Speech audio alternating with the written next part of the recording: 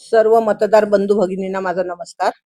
मंचर नगरपंचायत सार्वत्रिक निवडणूक 2025 चे उमेदवार नगरसेवक श्री महेश गोपीनाथजी थोरात आणि नगराध्यक्ष पदासाठी उमेदवार आहेत मोनिका बानखेले.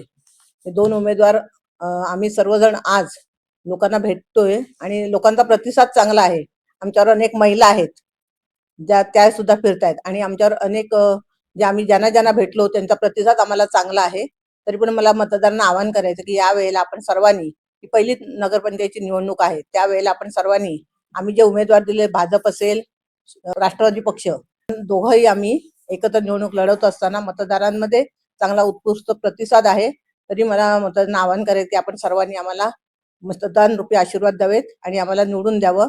अनेक ही यापुढील कामं खूप आहेत मतदारसंघात, कारण दादानी आणि खासदार आढळराव पाटील असतील किंवा नामदार दिलीपराव वळसे पाटील असतील, यांनी अनेक कामं केलेली आहेत. त्यांचे जर आपल्याला हात बळकट करायचे असतील, कारण सत्ता आपली केंद्रात पण आहे आणि राज्यात पण आहे, आणि म्हणून मतदारांना मला आवाहन करायचं की आपण सर्वांनी या वेळेला, ही पहिली निवडणूक होत असताना आपण सर्वांनी निवडून द्यावं. ग्रामपंचायत जेव्हा होती अगोदर, आता नगर हे झाली नगर परिषद, पण ग्रामपंचायतच्या वेळेला मोनिका बानखेलेचे जे मिस्टर होते, त्यांनी अतिशय, सुनील बानखेलेने अतिशय चांगलं काम केलेलं, उपसरपंच होते. कोरोना काळात चांगलं काम केलेलं आहे. दादानी कोरोनात काय केलेलं काम बघितलं, दिलीप पाटलांनी केलेलं काम असेल, आणि ह्या त्या सर्वांनी कामं केलेली आहेत. तुम्ही सुद्धा, थोरातांनी सुद्धा चांगलं काम केलेलं आहे आणि ते चांगलं आहे, कारण भाजपने अनेक कामं केलेली आहेत किंवा राष्ट्रवादी पक्ष असेल, अनेक चांगली कामं केलेली त्यांच्या मार्फत.